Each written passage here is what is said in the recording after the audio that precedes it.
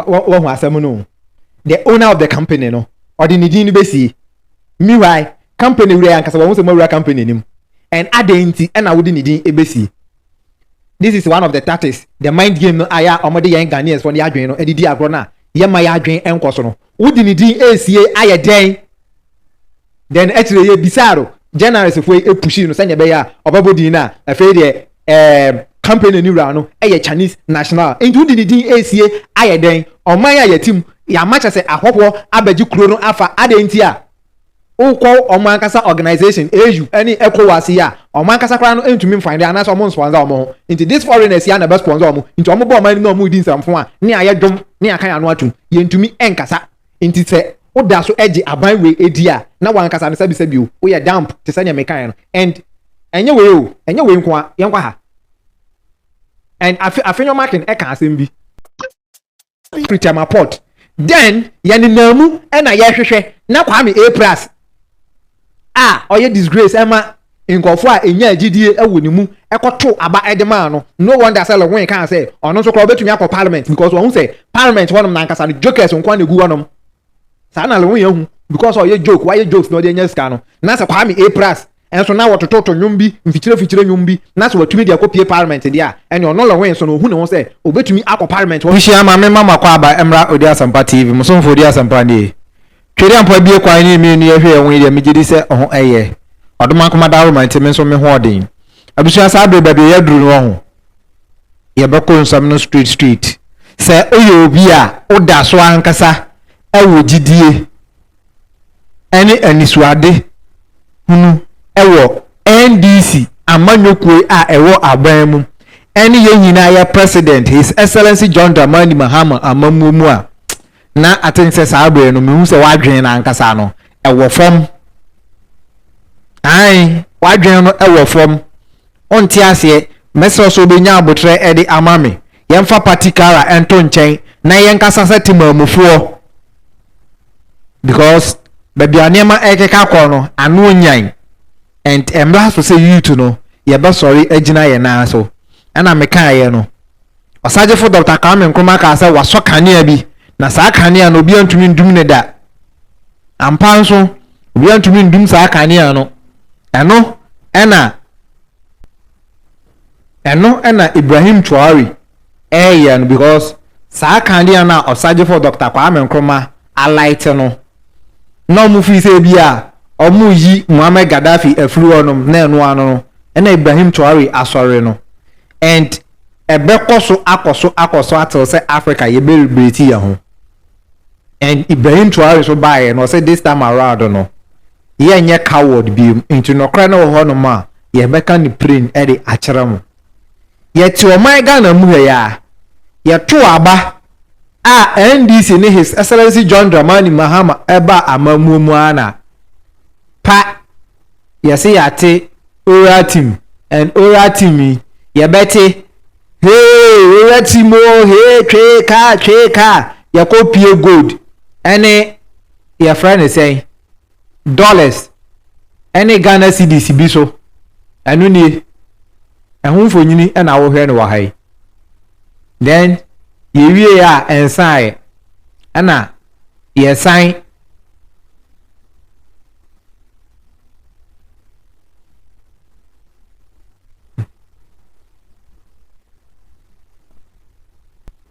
ye wie ye de ho twe ka ye ko wi ase eye hwan de a ye se alaji Ghana nko aye hu alaji ye hu bibia biem ye free alaji so a ye wie ye kenoforiata papa we ona da hey ogun nkofo adwuma bebre eno so ye te ya ye si OSP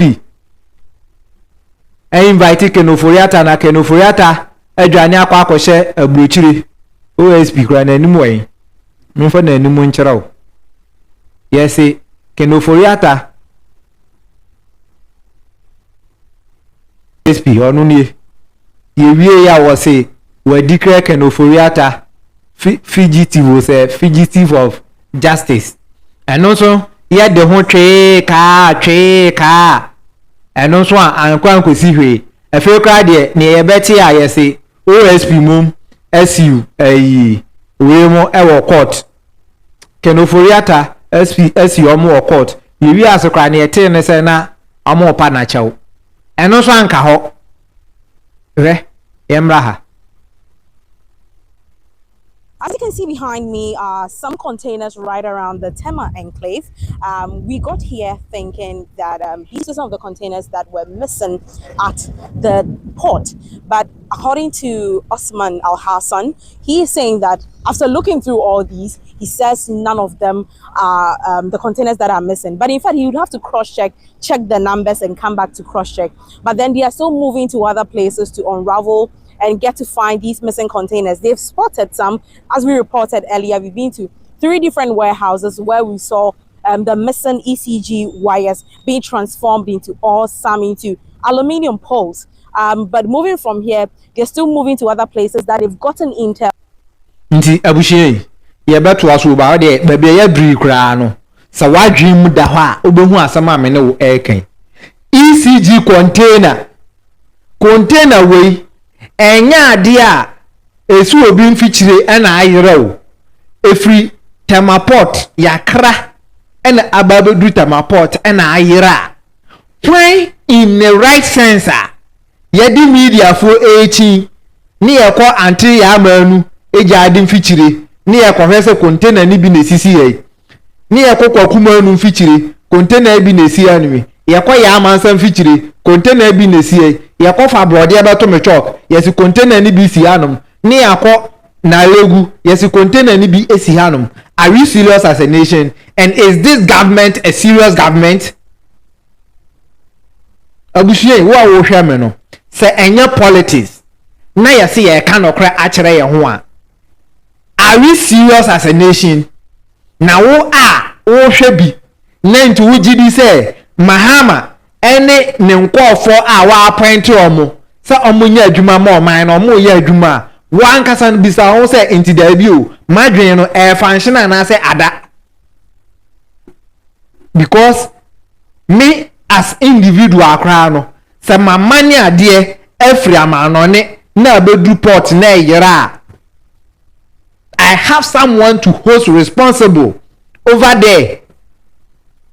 And emrano betumi a defend me say the mra ya adwuma na enye corruption kata hihye ne proya emrano betumi ni nipa mi holding accountable no edi ama na find this a mekao say den na ayira wo ho no edi amame nti how much more say on mine kasa japade a yakra se ye de be ye on mine light atumi ayira every time port then yani namu na ye hwehwe na kwame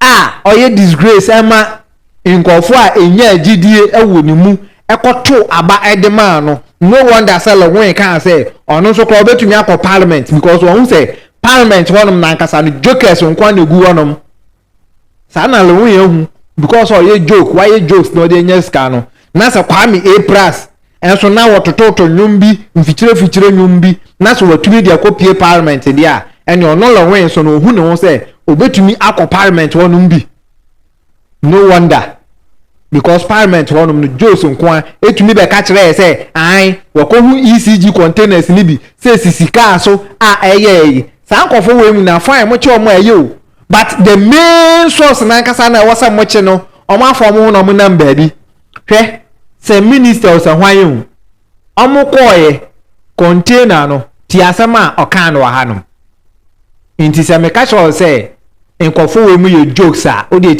ti asema okan wa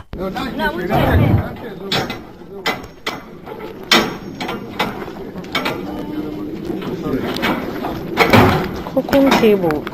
No, but even bamboo, they were my son. All right, so no, but I want everybody to have you. There are many, so we need to.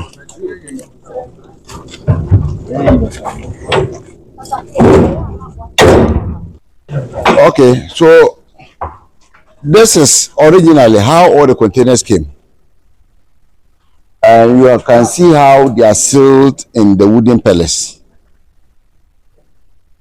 Some people manage to break the seals to these containers, then they removed.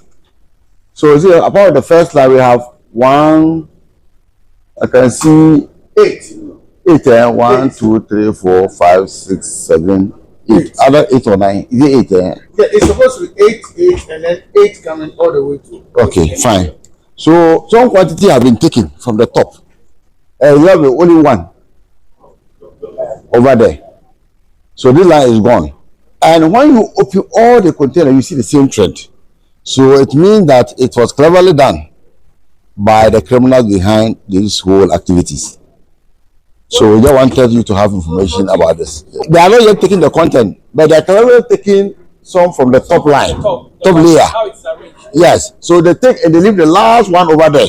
When we open the next container, you see the same thing over there. Yes.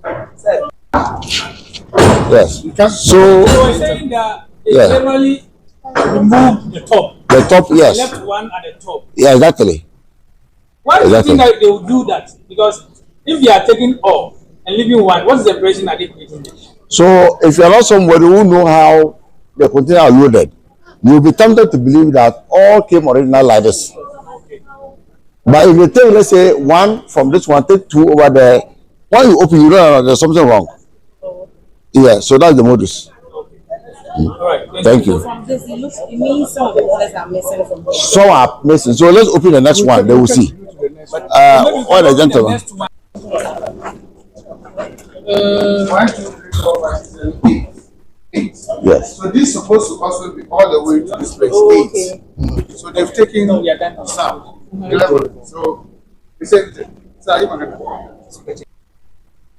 Nti abushia na yakwa akohwe no, but I think say the main video na nkasa na mehwe e de ama no me de eno no beto so ama wahwe.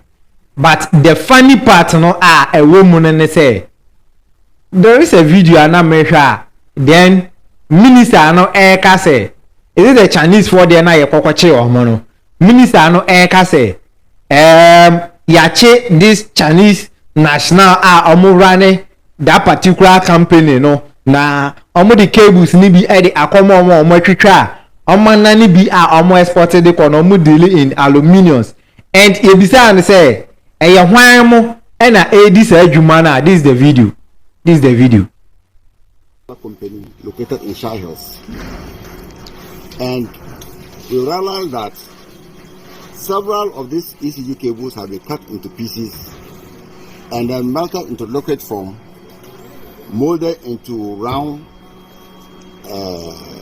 aluminum bars, and then some in powdered form, which they export at very expensive prices. Now, apart from the one that we melt and sell, we also have some stock in this particular warehouse, where the quantity you see here are from so many containers that we have been looking for all this while.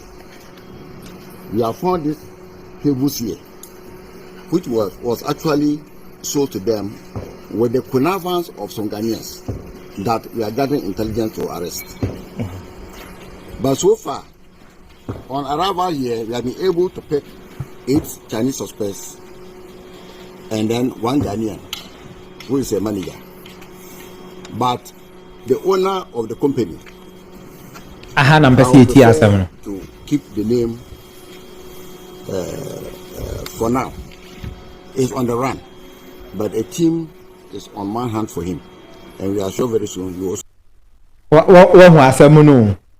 The owner of the company no or the nigini besi meanwhile company we ankasa we say more company nim and adenti and I wouldn't need ebesi.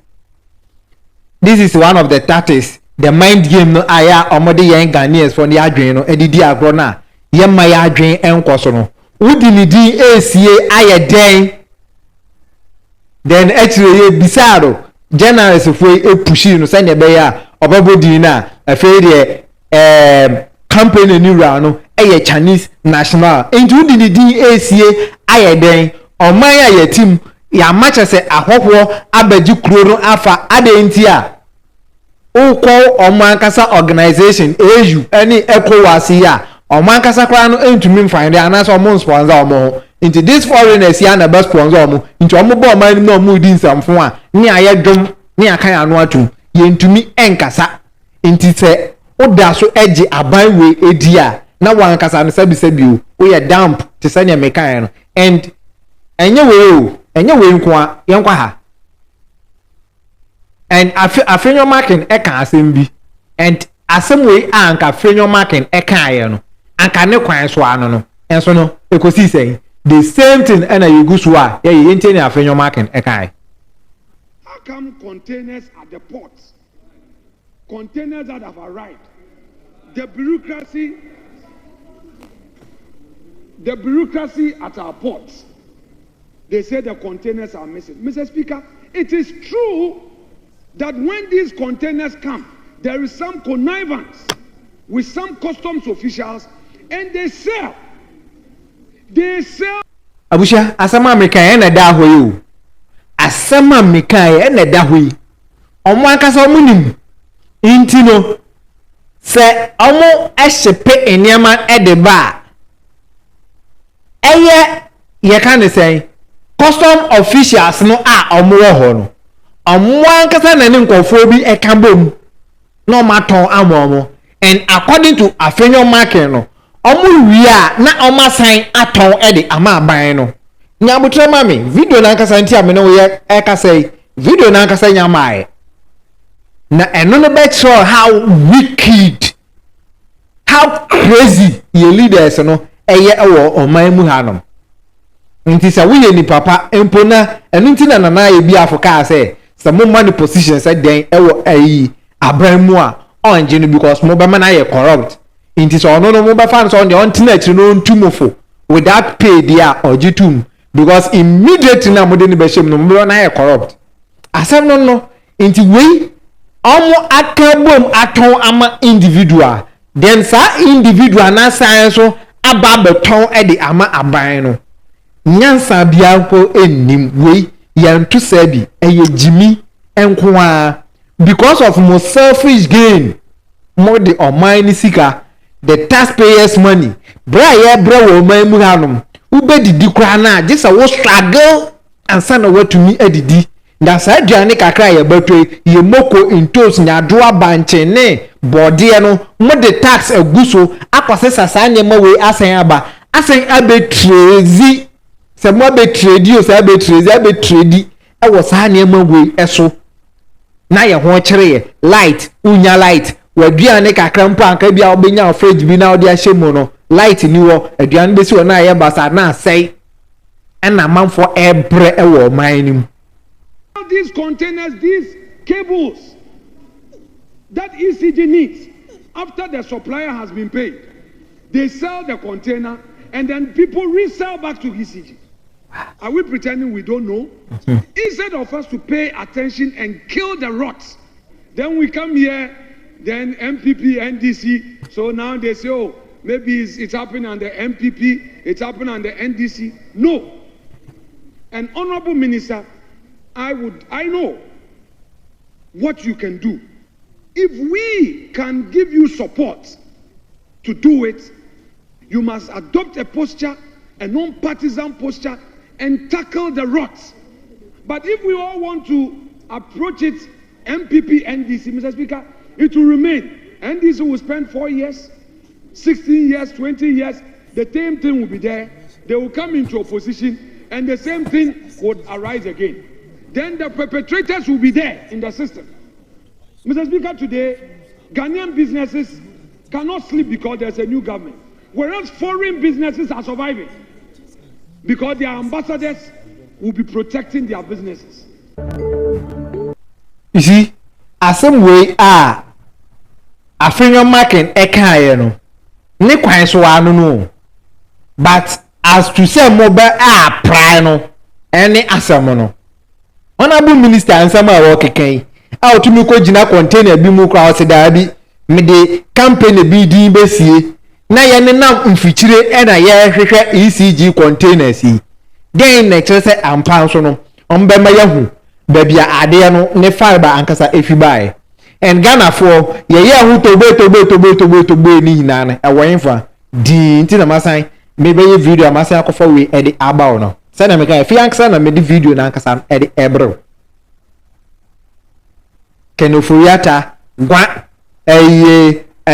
intim fojo gwa ECG container gwa musisika ni gold ni na gwa ya ye treka di treka di ente ho hwe ebiem sabre ame ne wo kasai garamse ho nsensem a edi oman ni nya epra oman no ekum oman no insuom reserve forest na ye nuanum bi atu omo ho asiwo ebo hu dawro na mudi aniwuo cheche tesane nanado eyisu the same tactics ede cheche ye no yankwe ni yanko hwede ekọ ho no yanko ne yanko hwede ekọ.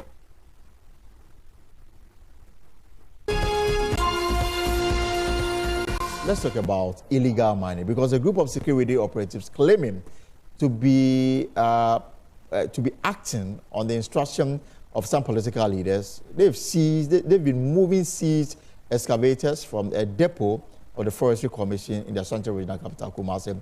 The action has been resisted by officials of the commission, who insist the excavators are exhibits for prosecution of suspected illegal miners. And Russ Saironko was at the depot to assess the situation.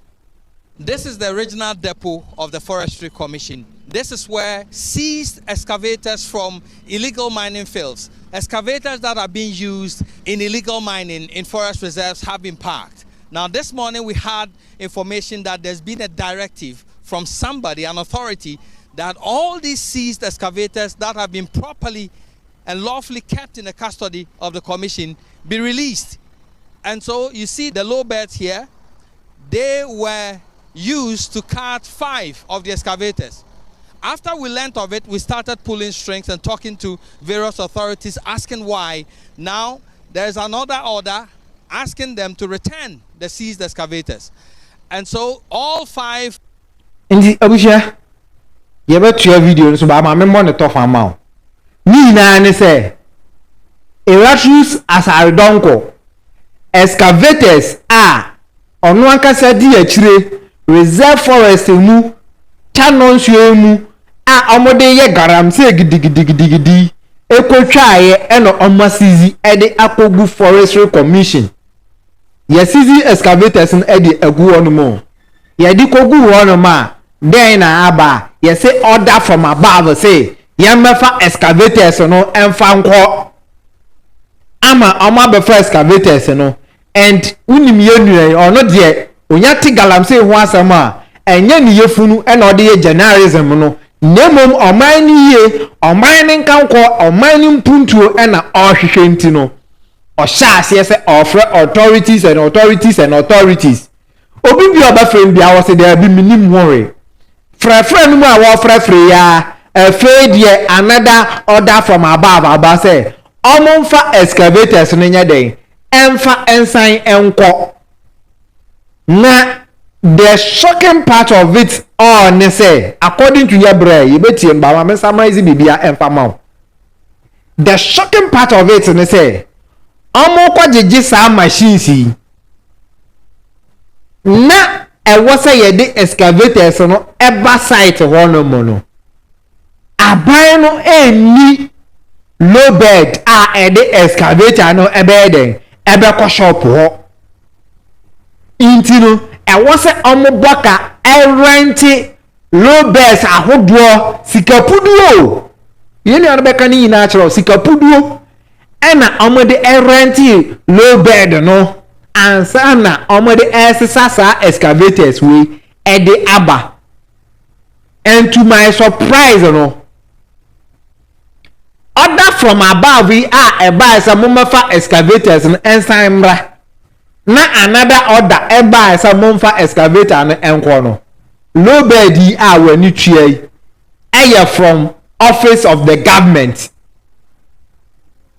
And so yes is machines na government any low bed bia pa yenya ho ayesan besisa akọ no low bed no free government ho ena eba meaning say a government car.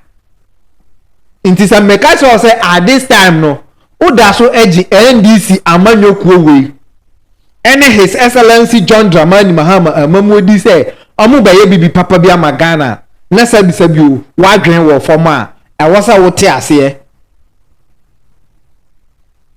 me say tactics no a MPP Nanadu Dankwa Akufo-Addo ebe pray eswan nkofo ekogu garam say mu mo afi de omo wura reserve forest mu ese no the same thing na NDC eba abeye na emre aso say yen youth no ye sorry ni me ani da ho enya saa ye bema yan kasa ne ye bebre na nchirima beba bebre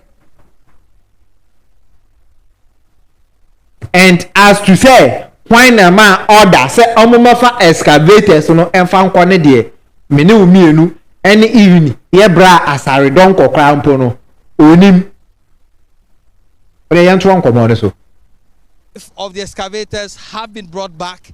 This is the last one that is being brought back. And these are seized excavators. These are exhibits that are going to be used for prosecution. So if you see them, they've been marked, properly marked. And you can see the writings on them in red, indicating that these are exhibits. And so you can see this one. You see, sometimes I never say na menti ase no. Exhibit say we enye cocaine na waka say bi ese konkonte ana se ese more intini ye kwotese ne ahwe se eye cocaine ana se eye dey excavators ya ba betomo kwaye we mu diginam amo se kwaye no inti exhibit ba biem na ye hia sa na ye de akwa prosecute se ye prosecute hwan ewom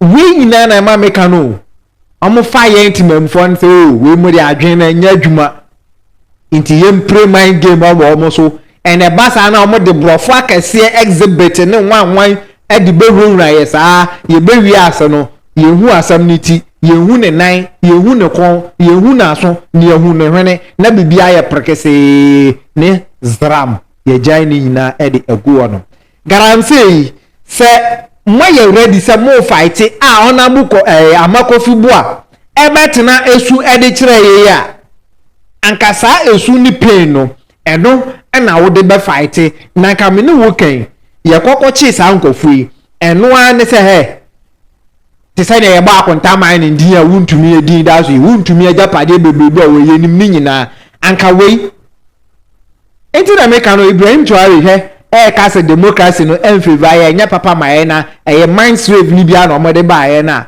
no kre because we ni omode be yi omo ho anu ankasa no omo nim so ombe ya be you but just to defend yourself no ombe ka cho say because of democracy inti just ye investigation just ye hwan when you ade ya gani investigation be mbiem eno an say wuntumi a na japade ni niam nyina masizi se sika na mu raise afim mu raising film nsase na o ma say ni nsuei a o ma say ni yen dredge nsuei purify nsuei ni nyina fa sika no because a good o mo atuni ade anya hwe no because of slavery any jimie bi nti no ma sesa de ama abofo mo de kwa ebi wo ho yen from purify nsuei no land na o ma say no yen san enferi asase no ebiem fuwe ya ye kwa ye koto wo site wa ne ye shi fuwe ye chi excavator operator ye fuwele ye gina wo so wa fere amuna ni na ye nsa ase twedi ampo adom aboaye ye feta acha within ye can say 5 years 10 years asase no be regain the fertility a inu e be free so nyina ba sha ase say enyini nanso Ghana die there be o the MPP NDC sa uko mia mikurum revanko breso a nim enkofo a yenim se we any the leader of this mine no metumi asomonsa akwa mu bi na samose mo pa dance a media revanko brother ho samose na dance no wan a me say ba ko di Lopez me am papa ko ase amna kakraka wo kotwa na da honom Lopez ye betumi aso ano he wona obeye sa adwuma wi na japade ne ade nyina no ye sizi ye de tofu o ene ho ne ma ya fa workers low bed yɛde machine akɔ hɔ yɛakɔ fɛle asase no baako so wɔ hɔ yɛfrɛ na mponsa ɔno so okɔ ankobra ne soro hɔ no ma amana bebrebe a yɛtwitwa gu ankobra no ho ne nsuo yɛasɛ ne nyinaa ɔno so odi mu akote a me ankasa kora me say nkɔfo wei mu no sɛ ɔmo ayɛ ready sɛ galamsey ɔmo bɛ fight a boapayo bi na ɔmo ayɛ na ɔmo yɛ nneɛma bi huhuraa kuntan o na aba na yɛto maa mo ne tumi na yɛde hyɛ mo nsa no adɛn nti na yɛde maa mo adɛn nti ɛna yɛde maa mo concert bi ɛna mo yɛ ɛde ɛkyerɛ yɛ. Government of Ghana, Ashanti, and Carrier, the dates they were seized, and exhibit number 01. These are awaiting, according to the Forestry Commission officials, their case is pending in court. These are exhibits. Who will order for exhibits that are going to be used in prosecution to be returned and released? Who gave that order? And that's the major question that we are asking right now. Now there's been denials all across people. We have cross-checked. We are still cross-checking. And at the right time, we'll bring you the right information. Reporting for Joy News, Erastus Asaredonko, Forestry Commission, Regional Depot, Kumasi. Over to the grounds and speak to my colleague Erastus Asaredonko. So Erastus, I'm curious to know who gave this order for the excavators to be moved in the first place. Well, we've lost him on the line. We'll reconnect with Erastus. Erastus, good afternoon and welcome to the program. Well, thank you very much, Alton. So I wanted to understand who may have given this order for the excavators to be moved in the first place. So initially, what we do know is that we had national security officers coming in, described by the forestry officials as the regional security liaison officer. And they claimed that they had orders from above that they should cut all the seized excavators from the sites, 15 of them all. And so the forestry officials were not happy with that because they know that by law, they have been entrusted with custody of the 15 excavators pending an action in court. And they have been, the excavators have been properly marked as exhibits that are going to be used in prosecution. And so there was a verbal exchange between them and this man who says he comes from national security. To a point where at a point they decided that they were not going to listen to the national security officials. They will still go ahead with the release of the equipment. And so they sent 5 excavators out of the depot. And when we called, in fact, I called a number of people close to the Ashanti Regional Minister, some close to the mayor of Kumasi. And our understanding was that they are asking them to return the equipment. And that was when, after 10 minutes, we saw that the first excavator on a low bed came, and then all 5 excavators were returned to the site. So, but when, interestingly, Elton, when you look at the marks on the sticker on the low beds that were used to cut the excavators, these are drip equipment. Right. Meaning it belongs to government. Yes, it belongs to government. It has state the coat of arms embossed right on the low beds, indicating that whoever sent them had access to state apparatus and is in high authority to be able to issue such a directive that those excavators should be released.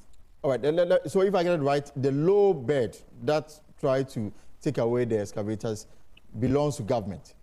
Yes, belongs to government. It's part of the drip equipment. It has the logo embossed directly on the sides of the vehicle. So I was asking myself that all this while, I thought that the state did not have low beds, because these excavators you see were brought from Jimira and Jimira Extension Forest Reserve. They were mining illegally in those forests. Some are from Ofin Shelter Belt, from the Nkaria area, and a millions to cut these excavators from the forest reserves to their current location in Kumasi. So if we had brand new low beds, and you could see the insignia written boldly on them on the footage that you're seeing on your screen, why do we go and rent expensively low beds to cut these excavators here, only for directives to be issued that state equipment will be used to take? You see, way any idea these politicians no omo ye edi wi o man ni sika o. Sa low bed ya ye nu e ka se. Omo ko ye na galamsey site. On pa se omo nya aban na nkasa low bed a e de be fa excavators no aba. Na omo ko renti low bed expensive amount no. Uba ko mi no mo politicians ya so low bed and omo san ko fa ye ni e PS ka no de agu omo account mu. Boom. Sika nke ebi a individual akora low bed na komo ko han ya nke ndrusa no. Ye be geno times 3 and say times 4. And sana ye de abafa sa mfidie wi na ye de aba.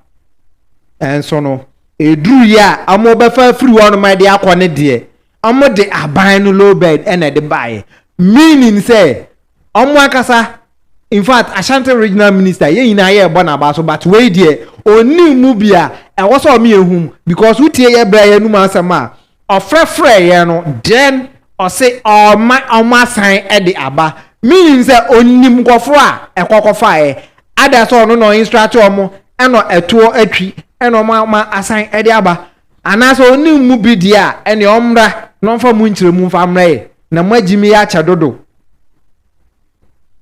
They think they are taking them to.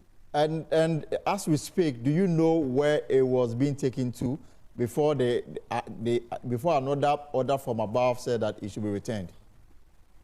They did not state where they were. In fact, I spoke with the forestry officials. They said in their verbal exchanges with them, they tried to find out who initiated the order. They said order from above.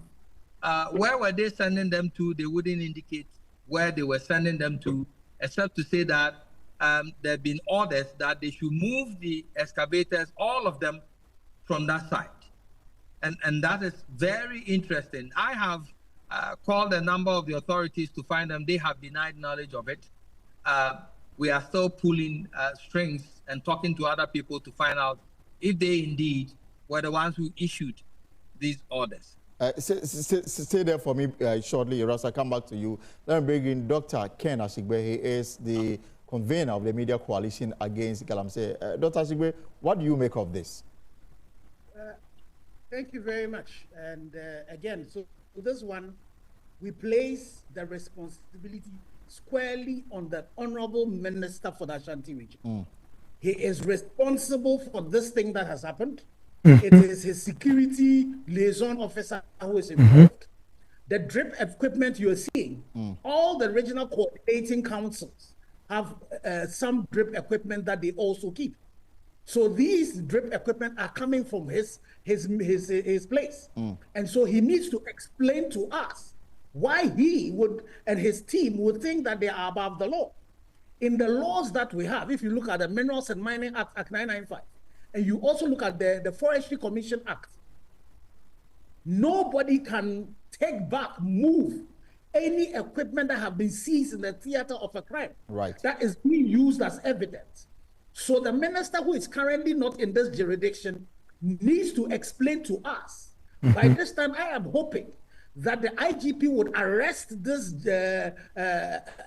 NIB coordinate, the regional security coordinating officer who was the lead of this, so that he can tell us who gave him the power to do the thing that he purported to have done. We should not have ordered only for the return of the equipment. We should by now have these people arrested, investigated, and prosecuted. We cannot have the situation where you have the CEO for the Forestry Commission, you have the Minister for the Lands and Natural Resources, you have people like Erastus putting their very lives on the line. You have the Forestry Commission people putting their very lives on the line. And then if you are going to a state entity, you are going to a state entity who've done a legitimate effort. Do you go about carrying Kalashnikovs and all of that? Nti abushia bana de megidi se baby adri otemase ne nti America say order so edge NDC amanyoko we edi some be bibi amagana then now you are mistaken because all the appointees like they are all disappointing us. Galamsey kwa kuye, and because of you people your selfish interest in you don't care. De you who social media so nyina no. Intina medi kan start with near edi kan ababetwa mu akọ and the current one are eba. Oman esi apini saa de we nti oman ebre hwe enra me hu video bi pa ye nua ba because of ahokyere nti yeso be ma bi afra na Nigeria and okoya ya kokedina pona hwade ayede ya no because omu demand this guy from the family and saa kidnappers na nkasa no I don't know so na o ma adwene mu ye kreo obi a woni bi mu demand this iska we no omu nya no on kwa amode ne fa so ye twitwa ne nufo ne ye de sekan ebro no ade a ni nyina ne say ye man no ye leaders no don't care about the poor people. Ya sorry a ye see asikafo bi e wo hanom abushia mame another yi unya subscribe to channel na message so be subscribe na ma afoforo emeka mame hu adwen kire e comment section no ase hweme next video ye bedi Ibrahim Mahama eho enkomo makrao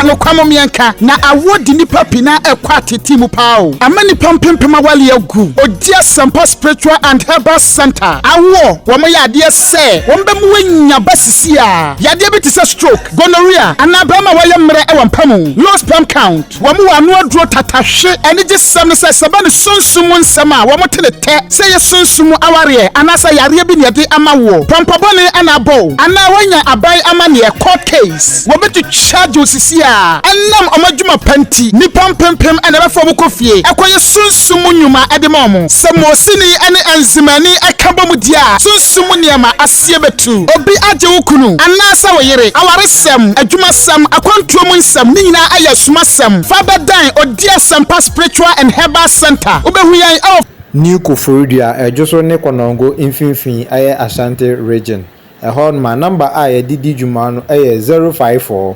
330 4976 and I say 020 134 0421 054 330 4976 and I say 020 134 0421 Odia Sampa Spiritual and Herbal Center. Ye be diwa samamao.